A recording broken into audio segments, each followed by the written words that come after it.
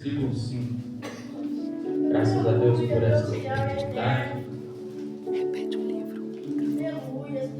Livro de Êxodo, ou livro do Êxodo, capítulo 2, versículo de número 5. Enquanto você localiza, quero agradecer a Deus por essa oportunidade, porque hoje foi um dia de muito trabalho, estou um pouco cansado, mas é gratificante saber que Deus está no meio de nós. Exaltado seja o nome de Deus por isso, porque como disse Paulo, a carta aos Romanos, capítulo 11, versículo 36, porque dele, por ele e para ele são todas as coisas. Disse ainda mais o apóstolo Paulo, na primeira carta a Timóteo, capítulo de número 1, versículo de número 17, ele vai dizer: ao Rei eterno e imortal, invisível, real, seja toda a glória e honra e louvor. Atribuímos a Deus toda exaltação. Livro do Êxodo, capítulo 2, a partir do versículo número 5. A filha de Faraó desceu para se lavar no rio, e suas donzelas passeavam pela beira do rio. Ela viu o cesto no meio dos juncos e enviou a sua criada para tomá-lo. Versículo 6. Abrindo, viu um menino, ele chorava, e ela teve compaixão dele e disse: este é menino dos hebreus. Então disse sua irmã, a filha de Faraó: queres que eu vá chamar uma ama dentre as hebreias que crie este menino para ti?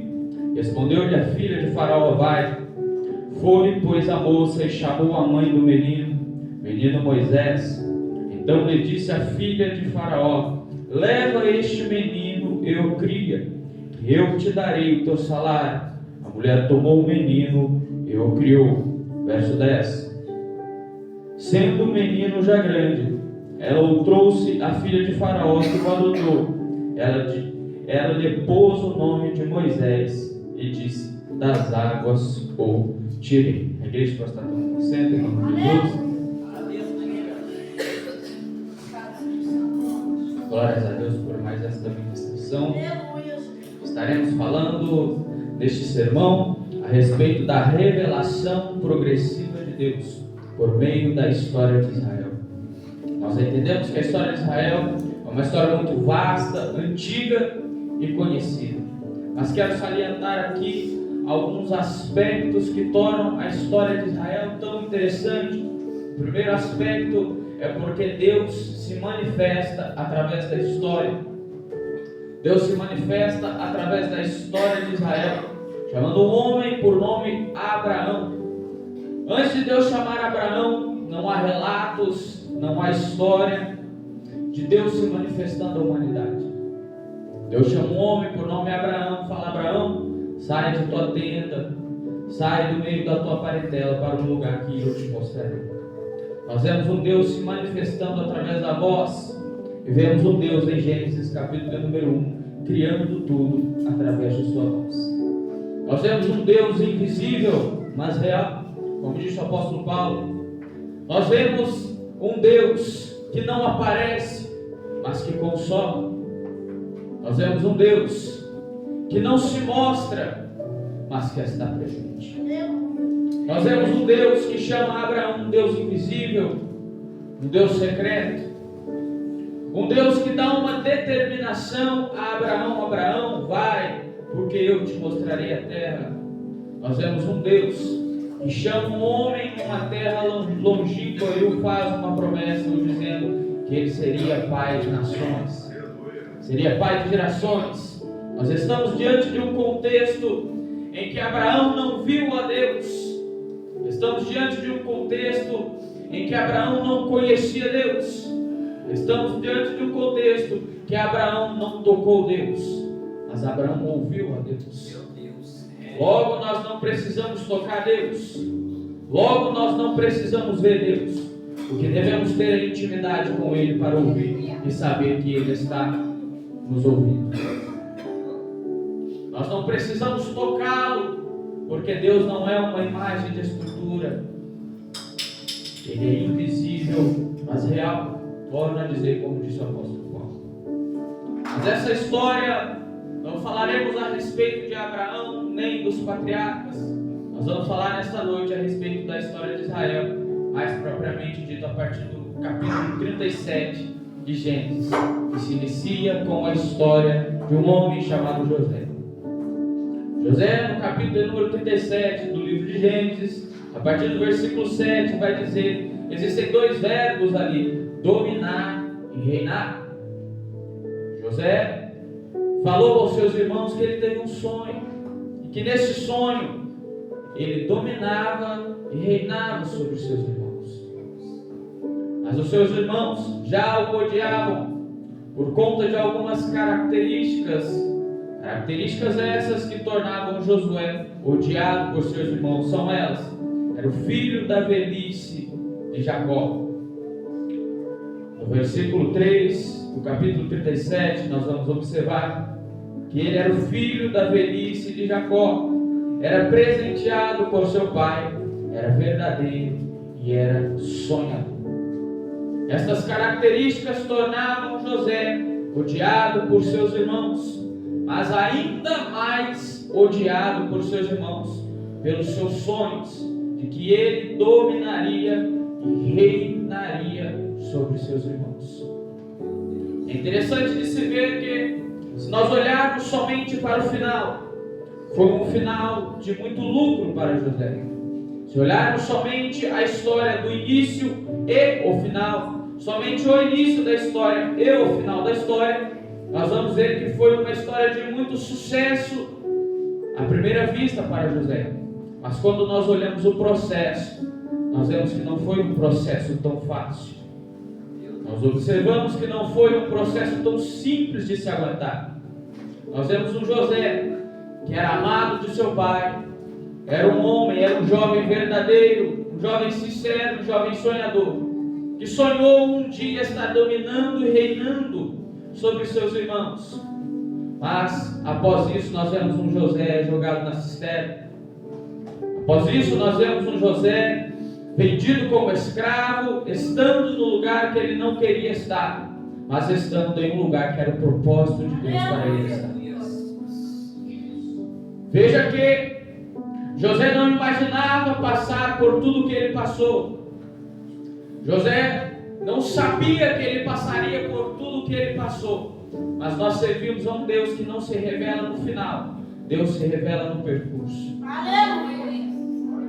Vendo a história, nós vemos que Deus é um Deus detalhista, que Ele não se manifesta primeiramente através de grandes obras.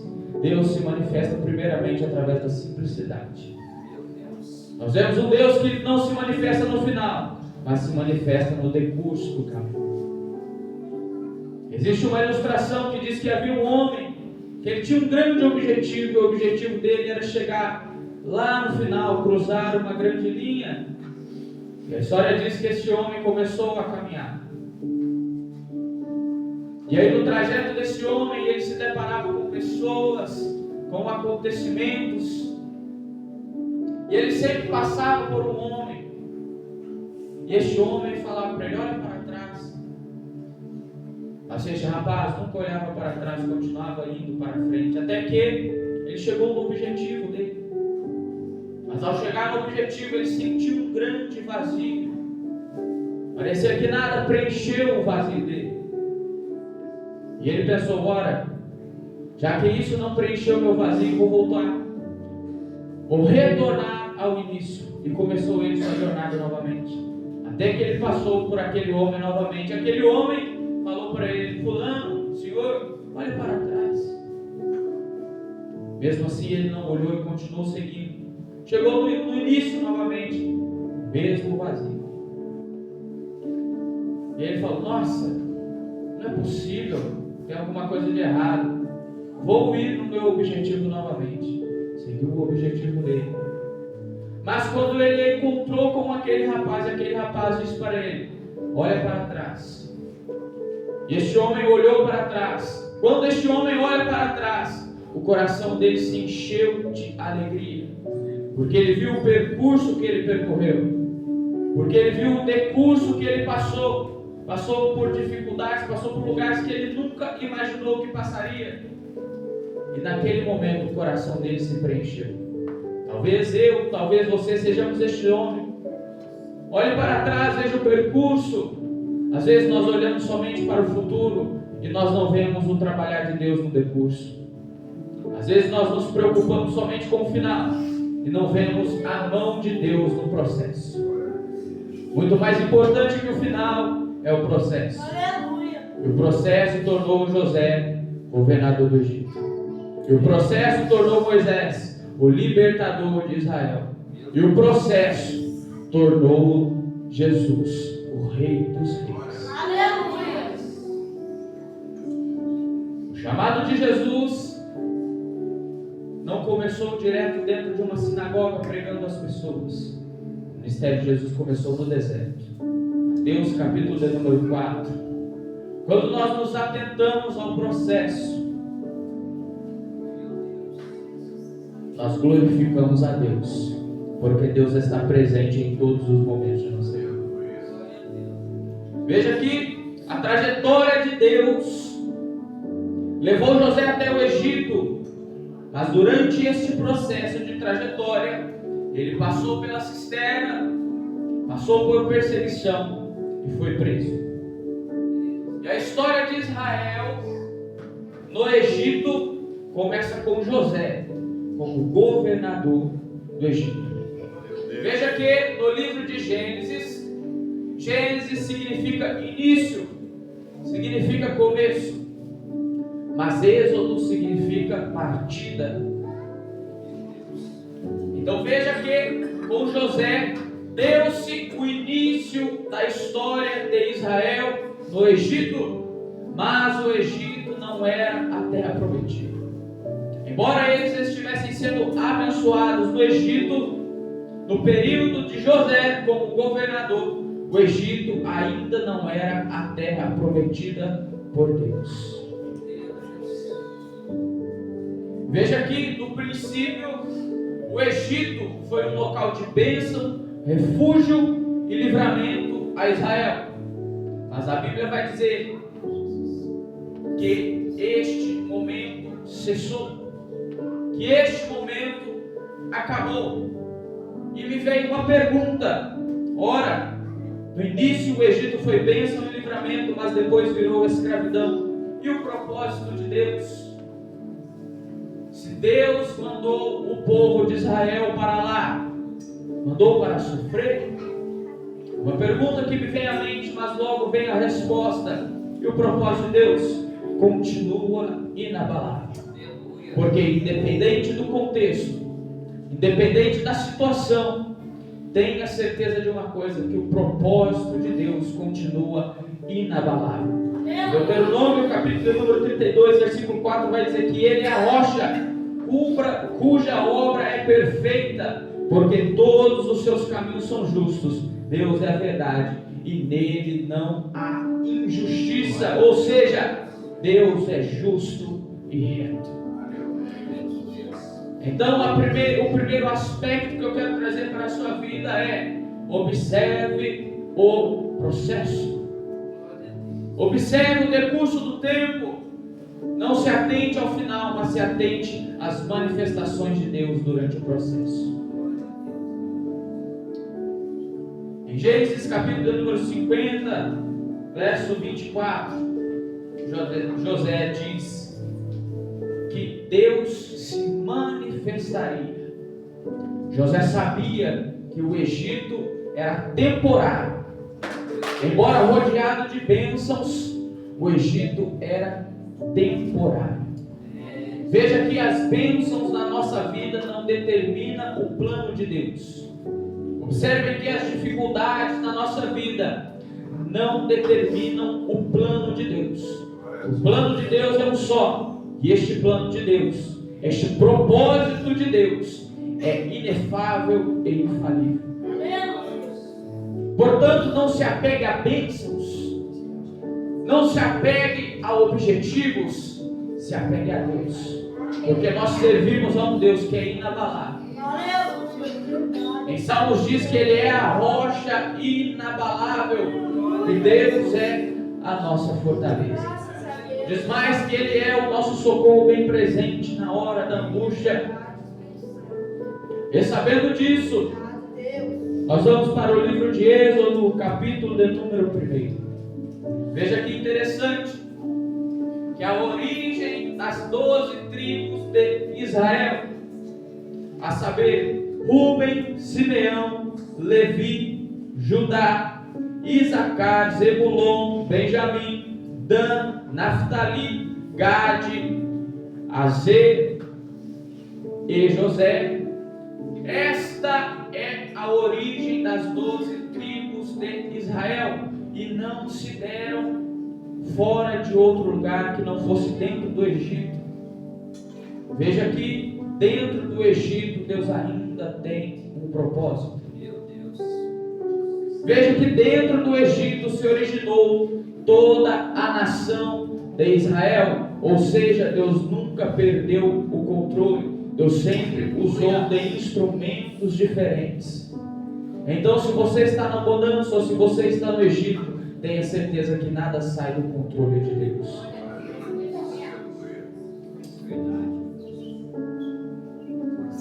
Veja que antes de José ir para o Egito, antes de vir aquela fome, antes de seus parentes irem até o Egito e se alocarem lá, Deus sempre manteve um chamado.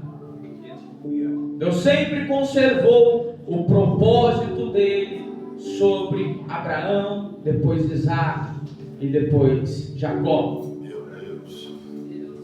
Graças a Deus por isso, porque nós servimos a um Deus inefável. Enquanto esculturas dependem de ser carregadas, Deus não depende de ser carregado. Enquanto pessoas carecem de atenção, Deus não carece de atenção, porque Ele é o Todo-Poderoso. E exaltado seja o nome dEle por isso. Mas quero me atentar juntamente com você a uma tribo em específica. Esta é a tribo de Levi. A tribo de Levi, ela foi designada para o serviço sacerdotal, para o serviço dentro do templo. E é desta tribo que vai sair um homem chamado Moisés. Seu pai e sua mãe eram descendentes diretos de Levi. Ou seja, isso torna Moisés bisneto de Levi. Veja que foi separado para o serviço sacerdotal. Daí, porque Moisés sempre se atentou a legislar, a criar leis a respeito como deveria se proceder no templo, como se deveria proceder dentro do santo e dentro do santo dos santos. Porque além de profeta, Moisés cumpriu seu chamado como sacerdote. Esse é outro aspecto que eu quero trazer para a sua vida. Independente de onde você está, independente da sua realidade, cumpra o seu chamado. Aleluia! Se o seu chamado é servir, sirva. Se o seu chamado é orar, ore. Se o seu chamado é limpar a igreja, limpe. Porque Deus nunca perde o controle. Mas veja que, a partir do versículo de número 8, do livro de Êxodo, capítulo 1, ou seja, Êxodo, capítulo 1, versículo 8, vai dizer que então se levantou um novo rei sobre o Egito, ou um novo faraó sobre o Egito, que não conhecera José. Eu trouxe um questionamento de que, como Deus envia um povo que a princípio é um lugar de bênção e livramento, e depois vira um local de escravidão e de tormento. Respondi que Deus tem um propósito sobre todas as coisas. Nós vemos este propósito, a continuação deste propósito, a partir desse versículo de número 8, que vai dizer que levantou-se um novo faraó, e este não conhecia José. Mas Êxodo, capítulo de número 2, a partir do versículo de número 5, vai dizer que uma mulher colocou seu filho no rio mesmo, por medo de perdê-lo, por medo de ser morto este menino. Mas veja que O Nilo era uma divindade do Egito, a saber, o deus Rabi. Este deus era o Nilo. Então os egípcios acreditavam que o Nilo provia, que o Nilo era suficiente e que através do Nilo vinha a colheita, ou esse deus Rabi. Mas observe que enquanto o Nilo para os egípcios era uma divindade, para Deus foi um mero instrumento para continuar cumprindo o seu propósito. Meu Deus. Veja que o Nilo, mesmo que os egípcios entendessem que fosse uma divindade, Deus usou o próprio Nilo, ou seja, Deus usou a própria cultura dos egípcios para mostrar primeiramente que quem continua no controle é Ele. Não existe Nilo, não existe divindade que permaneça e prevaleça diante da presença de Deus. Veja que Dagon caiu de cara no pó ante a Arca da Aliança. Veja que os deuses do Egito sucumbiram ante a presença de Deus. Por quê? Porque Deus disse para Moisés: Moisés, vai, porque eu sou. Se te perguntarem quem te enviou, diga: o eu sou te enviou. Porque Deus disse: o eu sou te enviou. Porque não importa se é no passado, se é no presente ou se é no futuro, Ele continuará sempre Deus. Aleluia, graças a Deus. Glória a Deus. Aleluia. E glórias a Deus por isso. Então, uma outra questão sobre isso é de que o Nilo era uma divindade para os egípcios, mas Deus utilizou do Nilo como um instrumento condutor de seu propósito. Ou seja, no versículo da número 6 nós vemos que a filha de Faraó reconhece que Moisés era hebreu. Versículo 6: abrindo, viu o menino, ele chorava, e ela teve compaixão dele e disse: este menino é dos hebreus. Ou seja, estava estampado que Moisés era um hebreu. Mas a ordem não era matar? Sim, a ordem era matar. Mas a ordem não era tirar a vida de todos os meninos hebreus. Era sim. Mas lembre-se que Deus ainda continua com seu plano inabalável.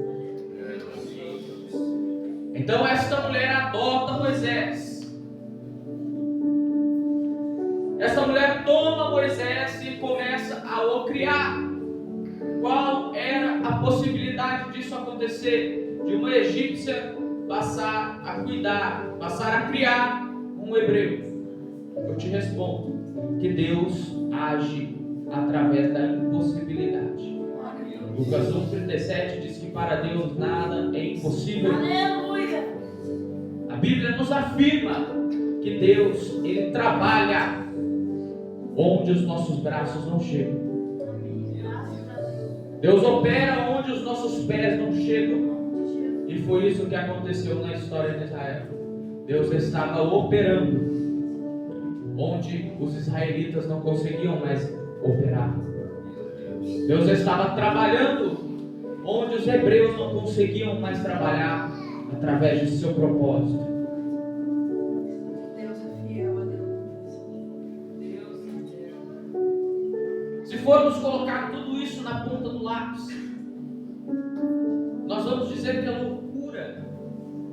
Porque essa história começou lá com Abraão, se desenvolveu em José e agora continua com Moisés. E é mais loucura ainda nós pensarmos que o apóstolo Paulo, na carta aos Colossenses, capítulo 1, versículo 24, ele diz assim: eu me regozijo pelo que padeço.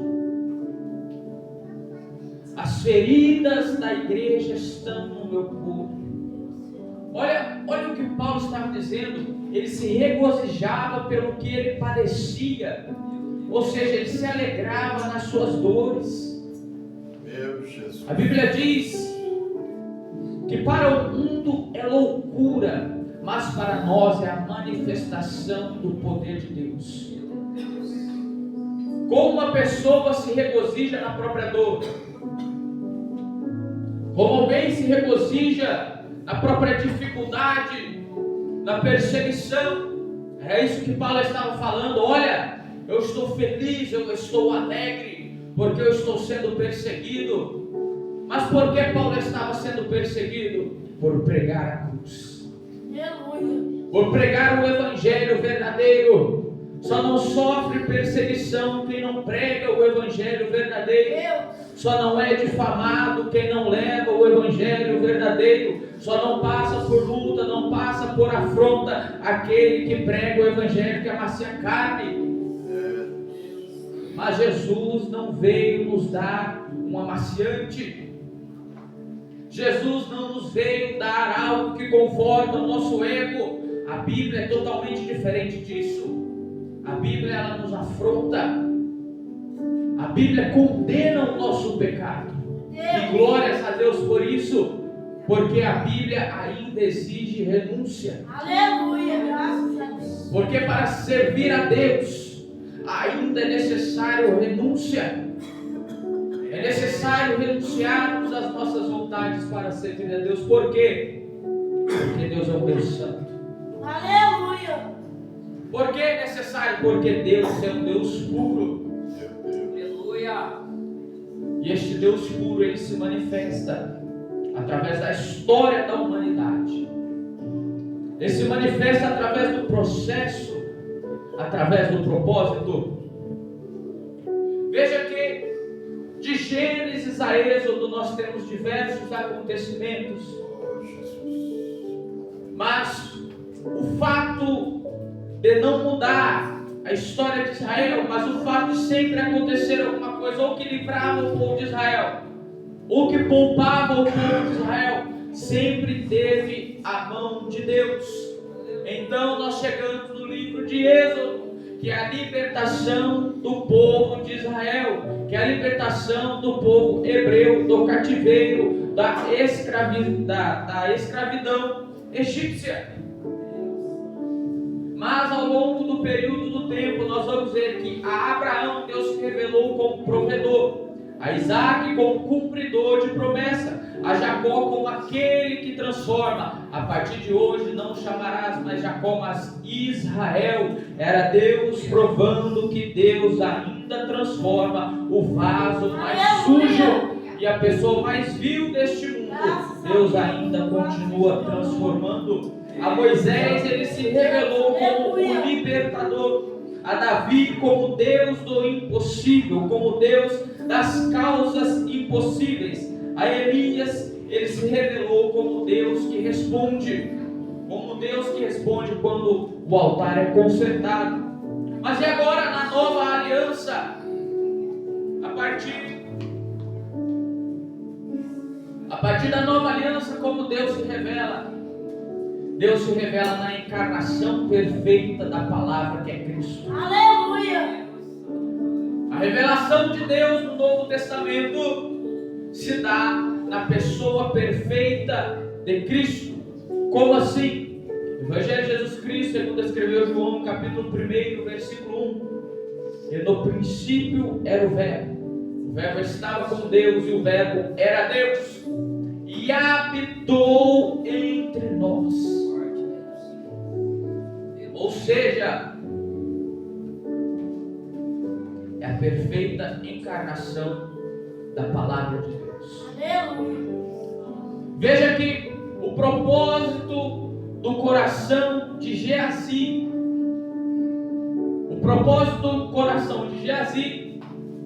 fez ele contrair lepra.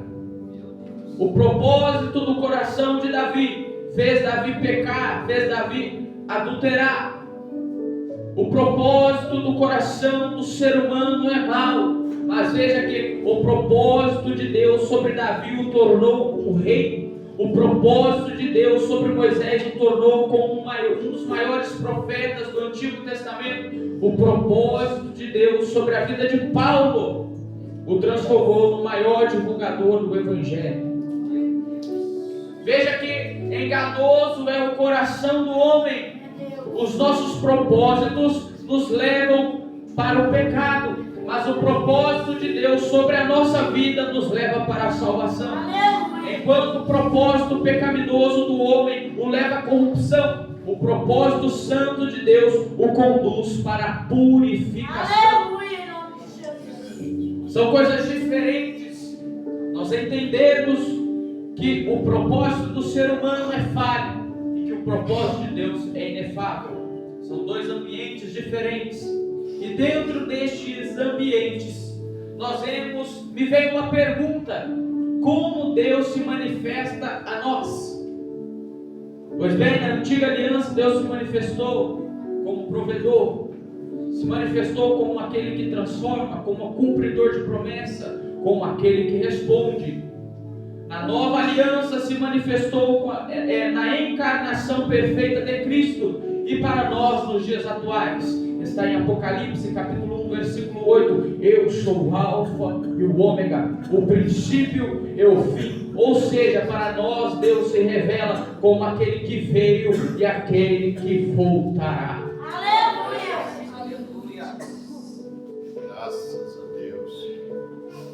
Santo Jesus. Mas nós temos neste decurso algumas coisas que me chamam a atenção.